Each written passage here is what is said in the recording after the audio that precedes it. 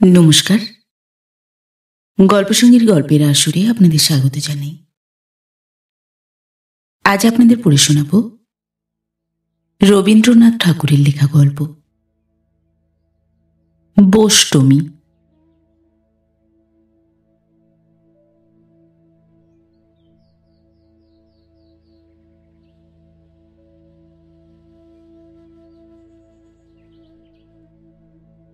আমি লিখিয়া থাকি, অথচ লোকরঞ্জন আমার কলমের ধর্ম নয়।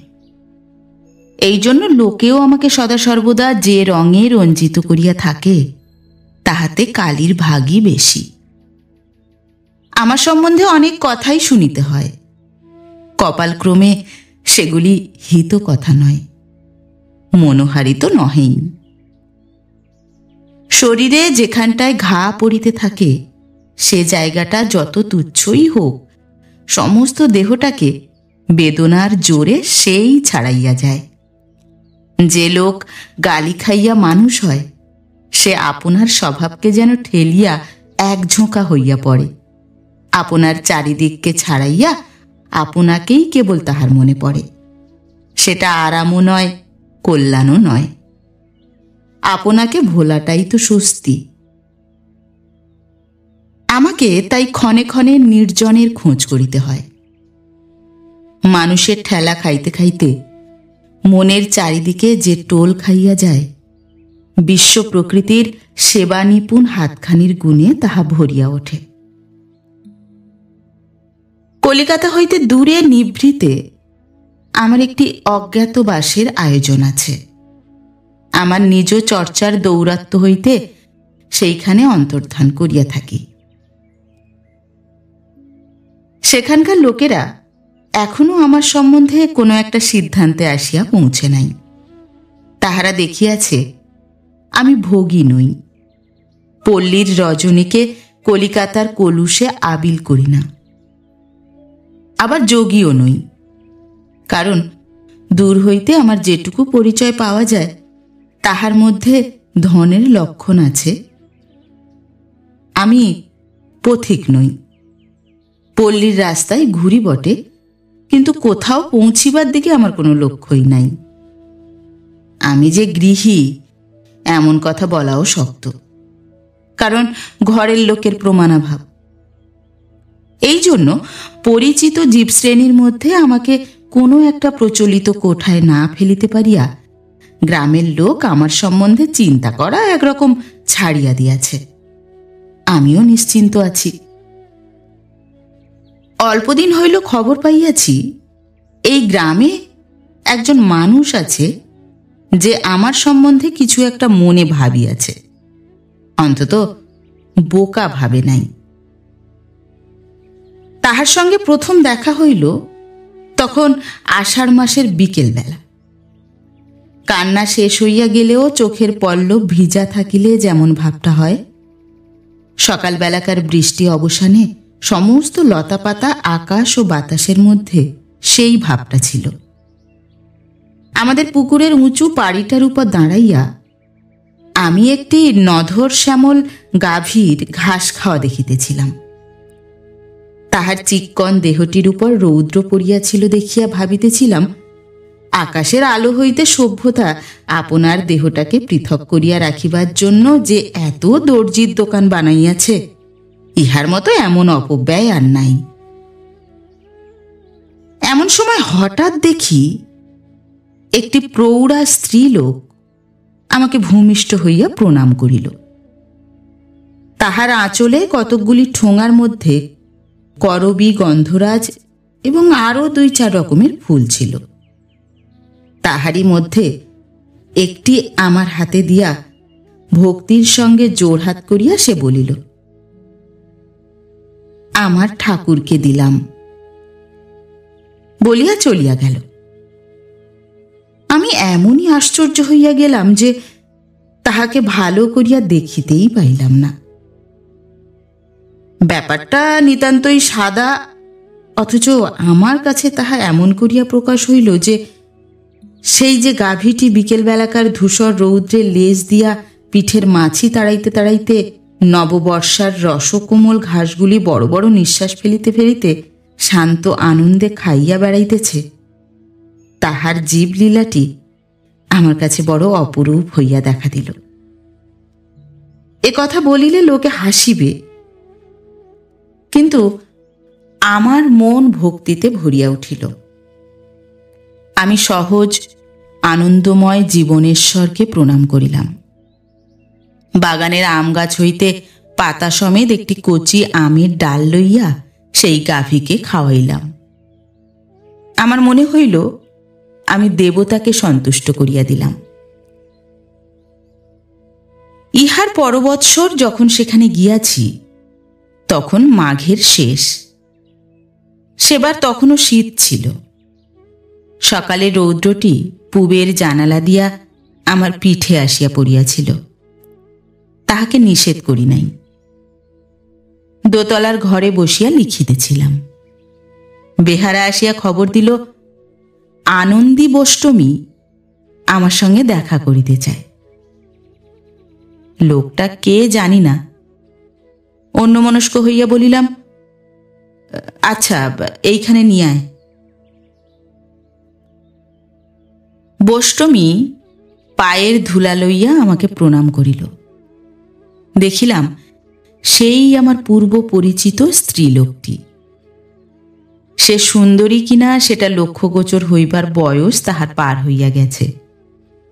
দোহারা সাধারণ স্ত্রীলোকের চেয়ে লম্বা। একটি নিয়ত ভক্তিতে তাহার শরীরটি নম্র, অথচ বলিষ্ঠ নিঃসংকোচ তাহার ভাব। সবচেয়ে চোখে পড়ে তাহার দুই চোখ। ভিতরকার কি একটা শক্তিতে তাহার সেই বড় বড় চোখ দুটি যেন কোন দূরের জিনিসকে কাছে করিয়া দেখিতেছে। তাহার সেই দুই চোখ দিয়া আমাকে যেন ঠেলা দিয়া সে বলিল, এ আবার কি কাণ্ড? আমাকে তোমার এই রাজসিংহাসনের তলায় আনিয়া হাজির করা কেন? তোমাকে গাছের তলায় দেখিতাম, সে যে বেশ ছিল। বুঝিলাম গাছতলায় এ আমাকে অনেকদিন লক্ষ্য করিয়াছে, কিন্তু আমি ইহাকে দেখি নাই। সর্দির উপক্রম হওয়াতে কয়েকদিন পথে ও বাগানে বেড়ানো বন্ধ করিয়া ছাদের উপরেই সন্ধ্যাকাশের সঙ্গে মোকাবিলা করিয়া থাকি। তাই কিছুদিন সে আমাকে দেখিতে পায় নাই। একটুক্ষণ থামিয়া সে বলিল, গৌর, আমাকে কিছু একটা উপদেশ দাও। আমি মুশকিলে পড়িলাম। বলিলাম, উপদেশ দিতে পারি না, নিতেও পারি না। চোখ মেলিয়া চুপ করিয়া যাহা পাই তাহা লইয়াই আমার কারবার। এই যে তোমাকে দেখিতেছি, আমার দেখাও হইতেছে, শোনাও হইতেছে। বোষ্টমী ভারী খুশি হইয়া গৌর গৌর বলিয়া উঠিল। কহিল, ভগবানের তো শুধু রসনা নয়, তিনি যে সর্বাঙ্গ দিয়া কথা কন। আমি বলিলাম, চুপ করিলেই সর্বাঙ্গ দিয়া তাঁর সেই সর্বাঙ্গের কথা শোনা যায়, তাই শুনিতেই শহর ছাড়িয়া এখানে আসি। বোষ্টমী কহিল, সেটা আমি বুঝিয়াছি, তাই তো তোমার কাছে আসিয়া বসিলাম। যাইবার সময় সে আমার পায়ের ধুলা লইতে গিয়া দেখিলাম আমার মোজাতে হাত ঠেকিয়া তাহার বড় বাধা বোধ হইল। পরের দিন ভোরে সূর্য উঠিবার পূর্বে আমি ছাদে আসিয়া বসিয়াছি। দক্ষিণে বাগানের ঝাউ গাছগুলার মাথার উপর দিয়া একেবারে দিকসীমা পর্যন্ত মাঠ ধুধু করিতেছে। পূর্ব দিকে বাঁশবনে ঘেরা গ্রামের পাশে আখের ক্ষেতের প্রান্ত দিয়া প্রতিদিন আমার সামনে সূর্য ওঠে। গ্রামের রাস্তাটা গাছের ঘন ছায়ার ভিতর হইতে হঠাৎ বাহির হইয়া খোলা মাঠের মাঝখান দিয়া বাঁকিয়া বহু দূরের গ্রামগুলির কাজ সারিতে চলিয়াছে। সূর্য উঠিয়াছে কিনা জানি না, একখানি শুভ্র কুয়াশার চাদর বিধবার ঘোমটার মতো গ্রামের গাছগুলির উপর টানা রহিয়াছে। দেখিতে পাইলাম বোষ্টমী সেই ভোরের ঝাপসা আলোর ভিতর দিয়া একটি সচল কুয়াশার মূর্তির মতো করতাল বাজাইয়া হরিনাম গান করিতে করিতে সেই পূব দিকের গ্রামের সম্মুখ দিয়া চলিয়াছে।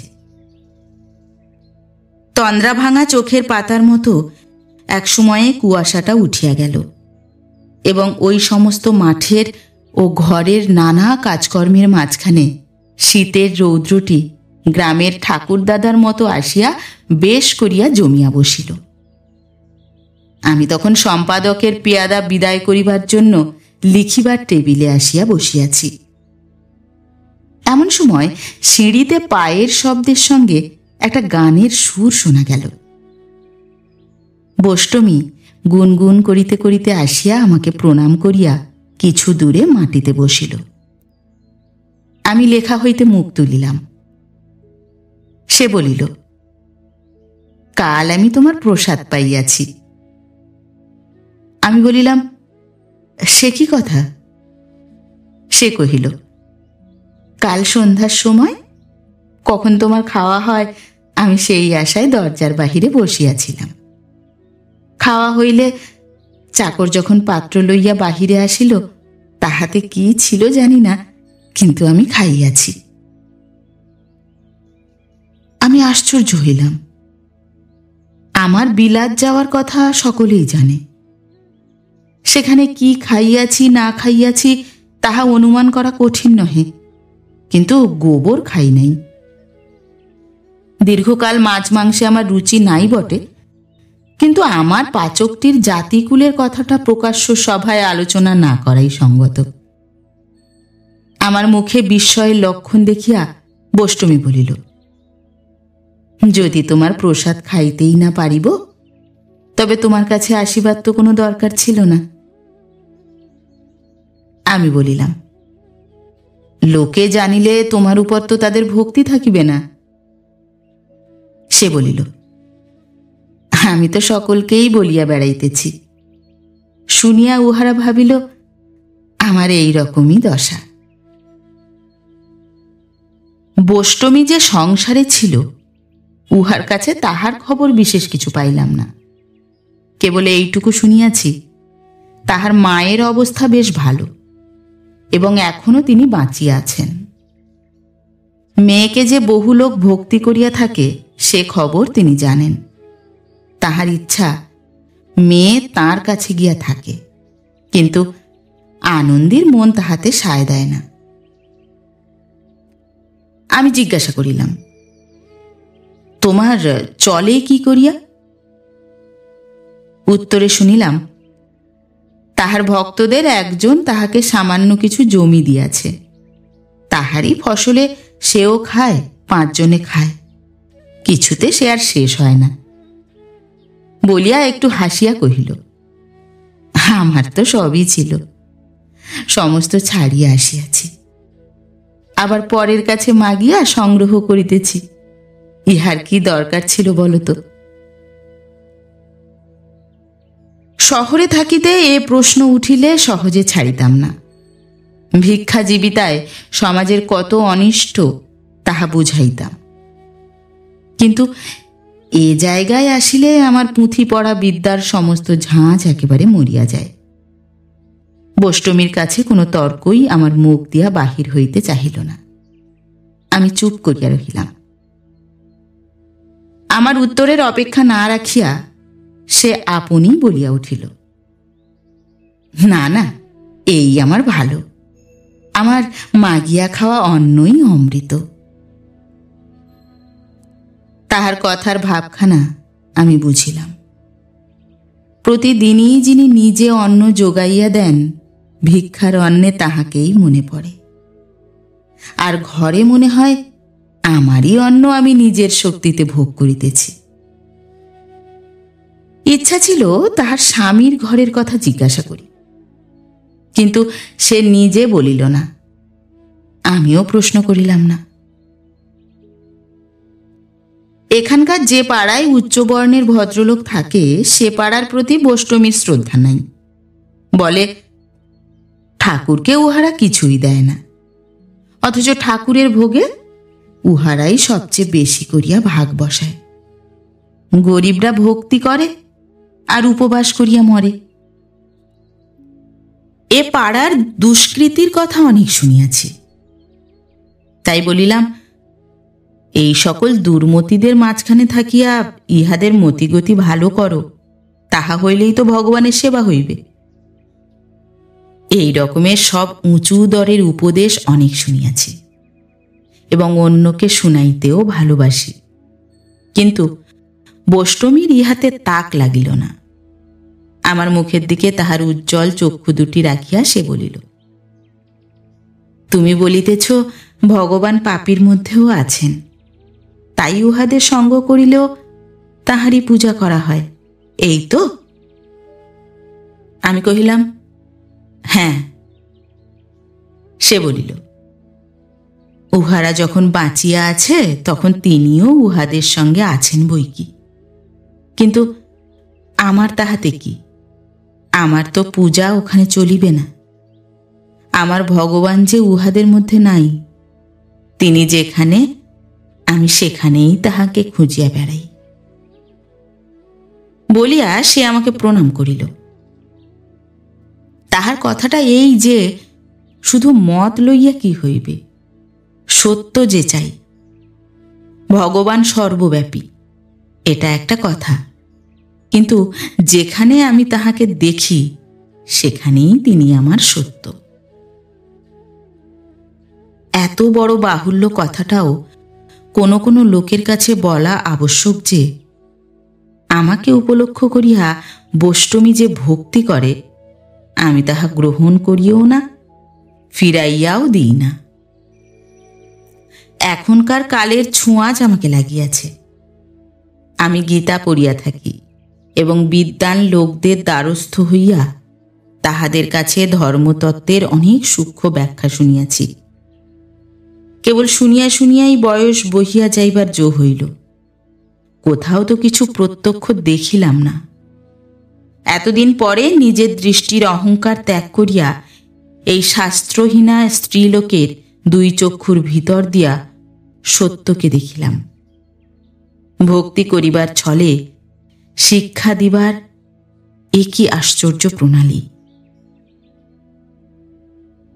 পরদিন সকালে বৈষ্ণবী আসিয়া আমাকে প্রণাম করিয়া দেখিল, তখনও আমি লিখিতে প্রবৃত্ত। বিরক্ত হইয়া বলিল, তোমাকে আমার ঠাকুর এত মিথ্যা খাটাইতেছেন কেন? যখনই আসি দেখিতে পাই লেখা লইয়াই আছো। আমি বলিলাম, যে লোকটা কোনো কর্মেরই নয়, ঠাকুর তাহাকে বসিয়া থাকিতে দেন না, পাছে সে মাটি হইয়া যায়। যত রকমের বাজে কাজ করিবার ভার তাহারই উপরে। আমি যে কত আবরণে আবৃত তাহাই দেখিয়া সে অধৈর্য হইয়া উঠে। আমার সঙ্গে দেখা করিতে হইলে অনুমতি লইয়া দোতলায় চড়িতে হয়। প্রণাম করিতে আসিয়া হাতে ঠেকে মোজা জোড়া, সহজ দুটো কথা বলা এবং শোনার প্রয়োজন, কিন্তু আমার মনটা আছে কোন লেখার মধ্যে তলাইয়া। হাত জোর করিয়া সে বলিল, গৌর, আজ ভোরে বিছানায় যেমনই উঠিয়া বসিয়াছি অমনি তোমার চরণ পাইলাম। আহা, সেই তোমার দুখানি পা, কোনো ঢাকা নাই, সে কি ঠান্ডা, কি কোমল! কতক্ষণ মাথায় ধরিয়া রাখিলাম। সে তো খুব হইল, তবে আর আমার এখানে আসিবার প্রয়োজন কি? প্রভু, এ আমার মোহ নয় তো? ঠিক করিয়া বলো। লিখিবার টেবিলের উপর ফুলদানিতে পূর্বদিনের ফুল ছিল। মালি আসিয়া সেগুলি তুলিয়া লইয়া নূতন ফুল সাজাইবার উদ্যোগ করিল। বৈষ্ণবী যেন ব্যথিত হইয়া বলিয়া উঠিল, বাস, এ ফুলগুলি হইয়া গেল? তোমার আর দরকার নাই? তবে দাও দাও, আমাকে দাও। এই বলিয়া ফুলগুলি অঞ্জলিতে লইয়া কতক্ষণ মাথা নত করিয়া একান্ত স্নেহে এক দৃষ্টিতে দেখিতে লাগিল। কিছুক্ষণ পরে মুখ তুলিয়া বলিল, তুমি চাহিয়া দেখো না বলিয়াই এ ফুল তোমার কাছে মলিন হইয়া যায়। যখন দেখিবে তখন তোমার লেখাপড়া সব ঘুচিয়া যাইবে। এই বলিয়া সে বহু যত্নে ফুলগুলি আপন আঁচলের প্রান্তে বাঁধিয়া লইয়া মাথায় ঠেকাইয়া বলিল, আমার ঠাকুরকে আমি লইয়া যাই। কেবল ফুলদানিতে রাখিলেই যে ফুলের আদর হয় না, তাহা বুঝিতে আমার বিলম্ব হইল না। আমার মনে হইল ফুলগুলিকে যেন স্কুলের পড়া না পারা ছেলেদের মতো প্রতিদিন আমি বেঞ্চের উপর দাঁড় করাইয়া রাখি। সেই দিন সন্ধ্যার সময় যখন ছাদে বসিয়াছি, বষ্টমী আমার পায়ের কাছে আসিয়া বসিল। কহিল, আজ সকালে নাম শুনাইবার সময় তোমার প্রসাদী ফুলগুলি ঘরে ঘরে দিয়া আসিয়াছি। আমার ভক্তি দেখিয়া বেণী চক্রবর্তী হাসিয়া বলিল, পাগলি, কাকে ভক্তি করিস তুই? বিশ্বের লোকে যে তোকে মন্দ বলে। হ্যাঁ গো, সকলে নাকি তোমাকে গালি দেয়। কেবল এক মুহূর্তের জন্য মনটা সংকুচিত হইয়া গেল। কালির ছিটা এত দূরেও ছড়ায়। বষ্টমী বলিল, বেণী ভাবিয়াছিল আমার ভক্তিটাকে এক ফুঁয়ে নিবাইয়া দিবে, কিন্তু এ তো তেলের বাতি নয়, এ যেন আগুন। আমার গৌর, ওরা তোমাকে গালি দেয় কেন গো? আমি বলিলাম, আমার পাওনা আছে বলিয়া। আমি হয়তো একদিন লুকাইয়া উহাদের মন চুরি করিবার লোভ করিয়াছিলাম। বষ্টমী কহিল, মানুষের মনে বিষ যে কত সে তো দেখিলে, লোভ আর টিকিবে না। আমি বলিলাম, মনে লোভ থাকিলেই মারের মুখে থাকিতে হয়, তখন নিজের মারিবার বিষ নিজের মনই যোগায়। তাই আমার ওঝা আমারই মনটাকে নির্বিষ করিবার জন্য এত কড়া করিয়া ঝাড়া দিতেছেন। বষ্টমী কহিল, দয়াল ঠাকুর, মারিতে মারিতে তবে মারকে খেদান। শেষ পর্যন্ত যে সহিতে পারে সে বাঁচিয়া যায়। সেই দিন সন্ধ্যার সময় অন্ধকার ছাদের উপর সন্ধ্যা তারা উঠিয়া আবার অস্ত গেল। বষ্টমী তাহার জীবনের কথা আমাকে শুনাইল। আমার স্বামী বড় সাদা মানুষ। কোনো কোনো লোকে মনে করিত তাহার বুঝিবার শক্তি কম, কিন্তু আমি জানি যাহারা সাদা করিয়া বুঝিতে পারে তাহারাই মোটের উপর ঠিক বোঝে। ইহাও দেখিয়াছি, তাহার চাষবাস জমি জমার কাজে তিনি যে ঠকিতেন তাহা নহে। বিষয় কাজ এবং ঘরের কাজ দুই তাহার গোছালো ছিল। ধান চাল পাটের সামান্য যে একটু ব্যবসা করিতেন, কখনো তাহাতে লোকসান করেন নাই। কেননা তাহার লোভ অল্প, যেটুকু তাহার দরকার সেটুকু তিনি হিসাব করিয়া চলিতেন। তার চেয়ে বেশি যা তাহা তিনি বুঝিতেনও না, তাহাতে হাতও দিতেন না। আমার বিবাহের পূর্বেই আমার শ্বশুর মারা গিয়াছিলেন এবং আমার বিবাহের অল্পদিন পরেই শাশুড়ির মৃত্যু হয়। সংসারে আমাদের মাথার উপরে কেহই ছিল না। আমার স্বামী মাথার উপরে একজন উপরওয়ালাকে না বসাইয়া থাকিতে পারিতেন না। এমনকি বলিতে লজ্জা হয় আমাকে যেন তিনি ভক্তি করিতেন। তবু আমার বিশ্বাস তিনি আমার চেয়ে বুঝিতেন বেশি, আমি তাহার চেয়ে বলিতাম বেশি। তিনি সকলের চেয়ে ভক্তি করিতেন তাহার গুরু ঠাকুরকে। শুধু ভক্তি নয়, সে ভালোবাসা। এমন ভালোবাসা দেখা যায় না। গুরু ঠাকুর তাঁর চেয়ে বয়সে কিছু কম, কি সুন্দর রূপ তাঁর।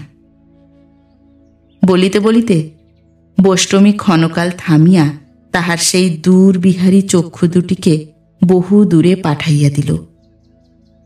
এবং গুনগুন করিয়া গাহিল, অরুণ কিরণ খানি তরুণ অমৃতে ছানি, কোন বিধি নিরমিল দেহা। এই গুরু ঠাকুরের সঙ্গে বালককাল হইতে তিনি খেলা করিয়াছেন। তখন হইতেই তাহাকে আপন মন প্রাণ সমর্পণ করিয়া দিয়াছেন।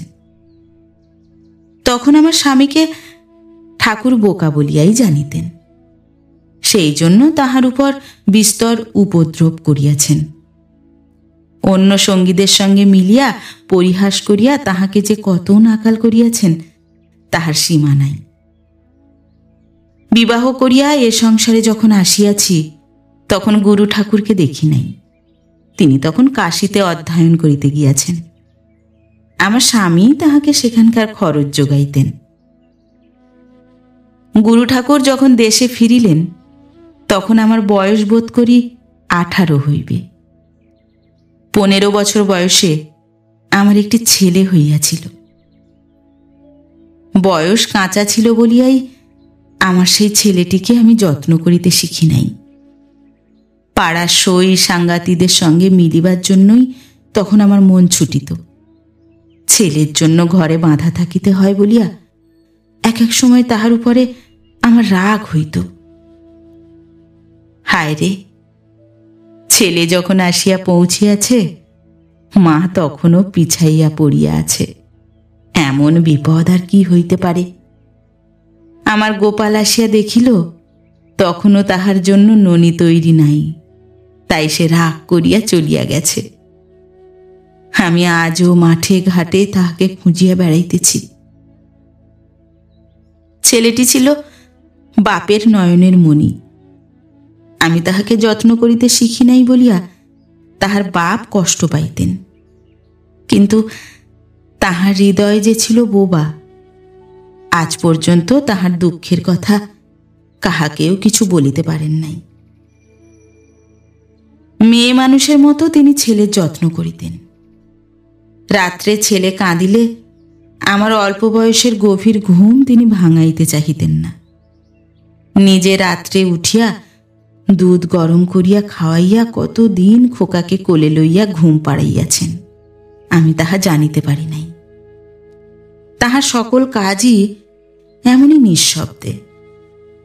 পূজা পার্বণে জমিদারদের বাড়িতে যখন যাত্রা বা কথা হইত তিনি বলিতেন, আমি রাত জাগিতে পারি না, তুমি যাও, আমি এখানেই থাকি। তিনি ছেলেটিকে লইয়া না থাকিলে আমার যাওয়া হইবে না, এই জন্য তাহার ছুতা। আশ্চর্য এই, তবু ছেলে আমাকেই সকলের চেয়ে বেশি ভালোবাসিত। সে যেন বুঝিত সুযোগ পাইলেই আমি তাহাকে ফেলিয়া চলিয়া যাইব। তাই সে যখন আমার কাছে থাকিত তখনও ভয়ে ভয়ে থাকিত। সে আমাকে অল্প পাইয়াছিল বলিয়াই আমাকে পাইবার আকাঙ্ক্ষা তাহার কিছুতেই মিটিতে চাহিত না। আমি যখন নাইবার জন্য ঘাটে যাইতাম তাহাকে সঙ্গে লইবার জন্য সে আমাকে রোজ বিরক্ত করিত। ঘাটে সঙ্গিনীদের সঙ্গে আমার মিলনের জায়গা, সেখানে ছেলেকে লইয়া তাহার খবরদারি করিতে আমার ভালো লাগিত না। সেজন্য পারতপক্ষে তাহাকে লইয়া যাইতে চাহিতাম না। সেদিন শ্রাবণ মাস। থাকে থাকে ঘন কালো মেঘে 2 প্রহর বেলাটাকে একেবারে আগাগোড়া মুড়ি দিয়া রাখিয়াছে। স্নানে যাইবার সময় খোকা কান্না জুড়িয়া দিল। নিস্তারিণী আমাদের হেঁসেলের কাজ করিত। তাহাকে বলিয়া গেলাম, বাছা, ছেলেকে দেখিও, আমি ঘাটে একটা ডুব দিয়া আসি গে। ঘাটে ঠিক সেই সময়টিতে আর কেহ ছিল না। সঙ্গিনীদের আসিবার অপেক্ষায় আমি সাঁতার দিতে লাগিলাম। দিঘিটা প্রাচীনকালের, কোন রানী কবে খনন করাইয়াছিলেন, তাই ইহার নাম রানী সাগর। সাঁতার দিয়া এই দিঘি এপার ওপার করা মেয়েদের মধ্যে কেবল আমিই পারিতাম। বর্ষায় তখন কুলে কুলে জল। দিঘি যখন প্রায় অর্ধেকটা পার হইয়া গেছি, এমন সময় পিছন হইতে ডাক শুনিতে পাইলাম, মা। ফিরিয়া দেখি খোকা ঘাটের সিঁড়িতে নামিতে নামিতে আমাকে ডাকিতেছে। চিৎকার করিয়া বলিলাম, আর আসিস নে, আমি যাচ্ছি। নিষেধ শুনিয়া হাসিতে হাসিতে সে আরো নামিতে লাগিল। ভয়ে আমার হাতে পায়ে যেন খিল ধরিয়া আসিল। পার হইতে আর পারিই না। চোখ বুজিলাম, পাছে কি দেখিতে হয়। এমন সময় পিছন ঘাটে সেই দিঘির জলে খোকার হাসি চিরদিনের মতো থামিয়া গেল। পার হইয়া আসিয়া সেই মায়ের কোলের কাঙাল ছেলেকে জলের তলা হইতে তুলিয়া কোলে লইলাম, কিন্তু আর সে মা বলিয়া ডাকিল না। আমার গোপালকে আমি এতদিন কাঁদাইয়াছি, সেই সমস্ত অনাদর আজ আমার উপর ফিরিয়া আসিয়া আমাকে মারিতে লাগিল।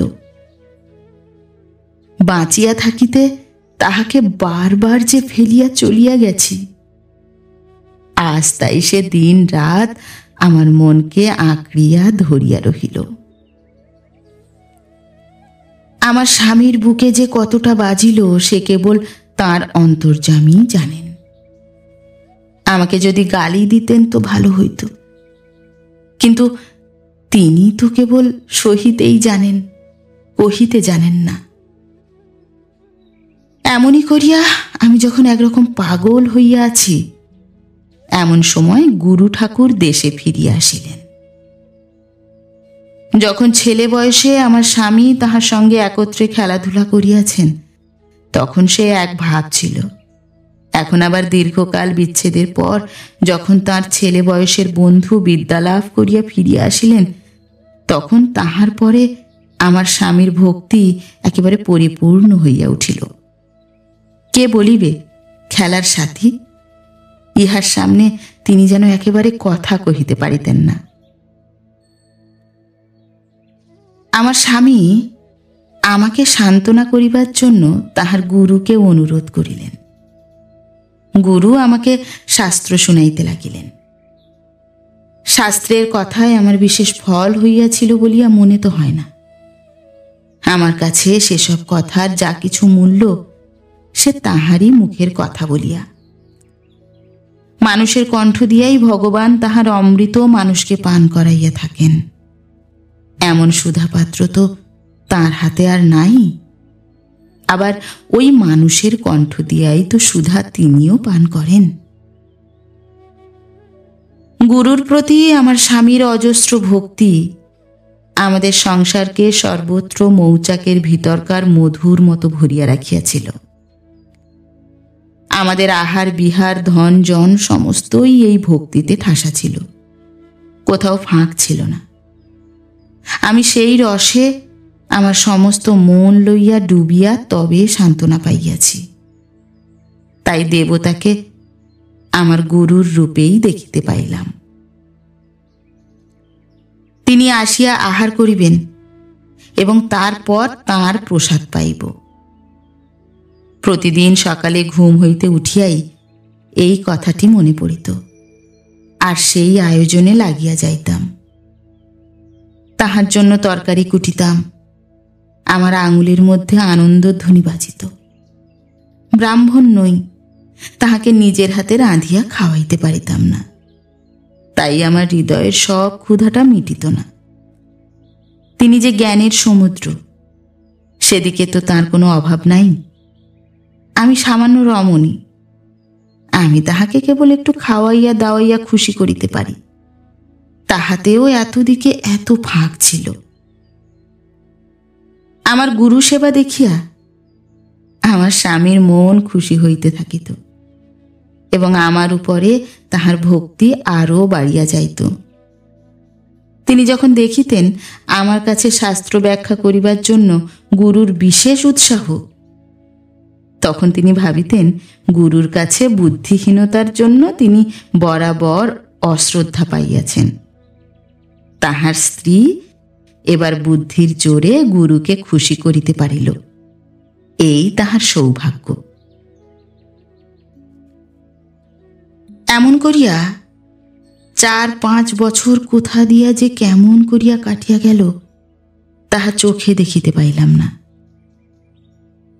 সমস্ত জীবনই এমনই করিয়া কাটিতে পারিত, কিন্তু গোপনে কোথায় একটা চুরি চলিতেছিল, সেটা আমার কাছে ধরা পড়ে নাই, অন্তর্যামীর কাছে ধরা পড়িল।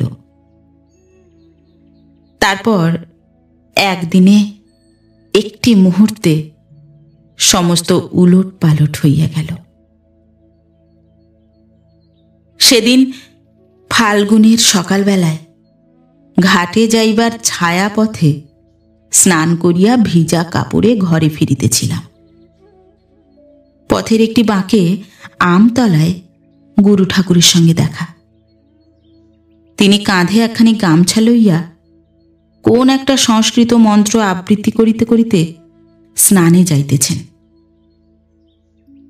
ভিজা কাপড়ে তাঁর সঙ্গে দেখা হওয়াতে লজ্জায় একটু পাশ কাটাইয়া চলিয়া যাইবার চেষ্টা করিতেছি, এমন সময় তিনি আমার নাম ধরিয়া ডাকিলেন।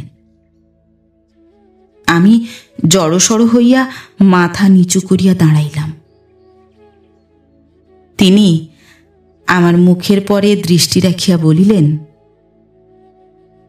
তোমার দেহখানি সুন্দর। ডালে ডালে রাজ্যের পাখি ডাকিতেছিল।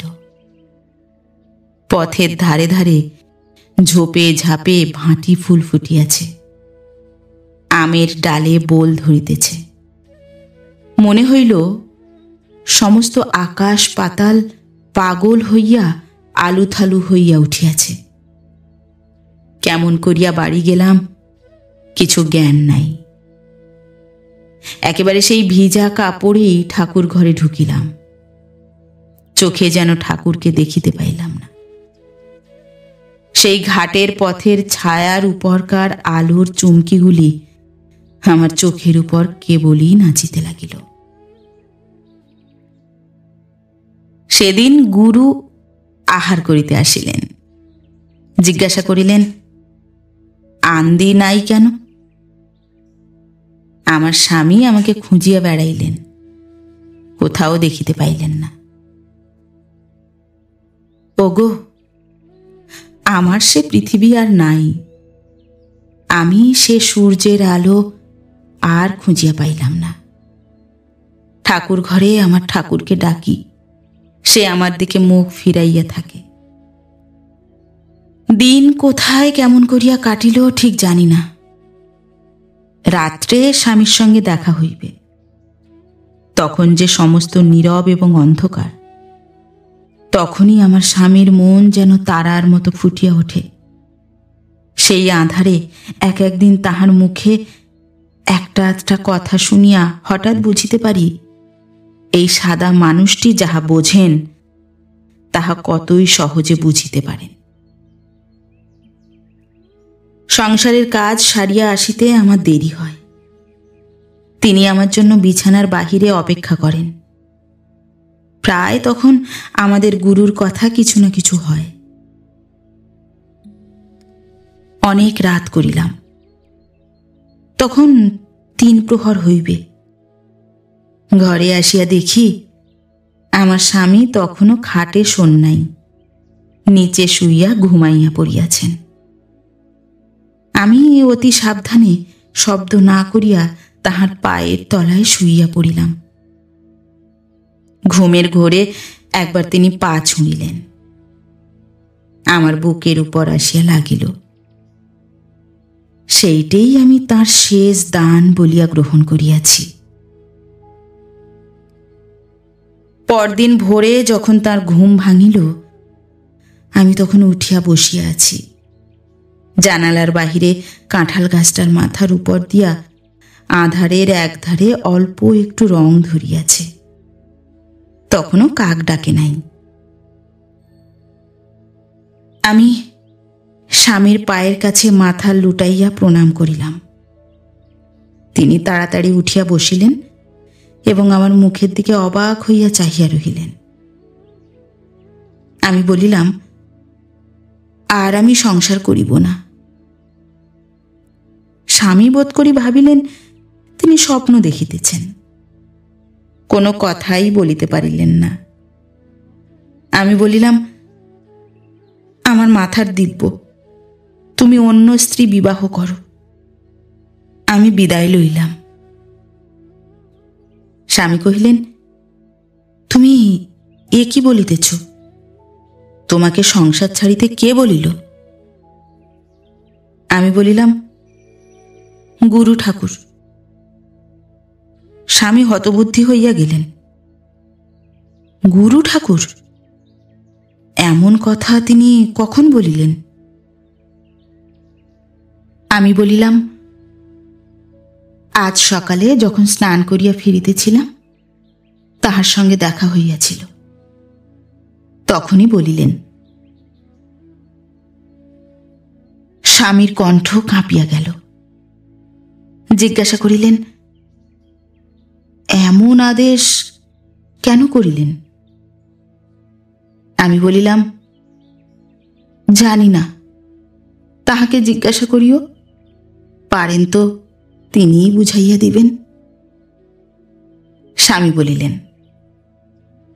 সংসারে থাকিয়াও তো সংসার ত্যাগ করা যায়, আমি সেই কথা গুরুকে বুঝাইয়া বলিব। আমি বলিলাম, হয়তো গুরু বুঝিতে পারেন, কিন্তু আমার মন বুঝিবে না। আমার সংসার করা আজ হইতে ঘুচিল। স্বামী চুপ করিয়া বসিয়া রহিলেন। আকাশ যখন ফর্সা হইল তিনি বলিলেন, চলো না, দুজনে একবার তাঁর কাছেই যাই। আমি হাত জোড় করিয়া বলিলাম, তাঁর সঙ্গে আর আমার দেখা হইবে না। তিনি আমার মুখের দিকে চাহিলেন। আমি মুখ নামাইলাম। তিনি আর কোনো কথা বলিলেন না। আমি জানি আমার মনটা তিনি একরকম করিয়া দেখিয়া লইলেন। পৃথিবীতে দুটি মানুষ আমাকে সবচেয়ে ভালোবাসিয়াছিল, আমার ছেলে আর আমার স্বামী। সে ভালোবাসা আমার নারায়ণ, তাই সে মিথ্যা সহিতে পারিল না। একটি আমাকে ছাড়িয়া গেল, একটিকে আমি ছাড়িলাম। এখন সত্যকে খুঁজিতেছি, আর ফাঁকি নয়। এই বলিয়া সে গড় করিয়া প্রণাম করিল।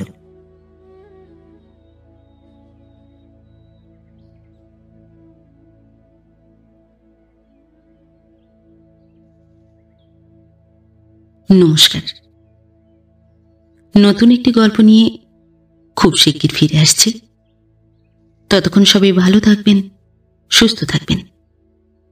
গল্প পাঠ কেমন লাগলো অবশ্যই কমেন্ট করে জানাবেন এবং ভিন্ন ভিন্ন স্বাদের অডিও স্টোরি শোনার জন্য অবশ্যই চ্যানেলটি সাবস্ক্রাইব করবেন। ধন্যবাদ।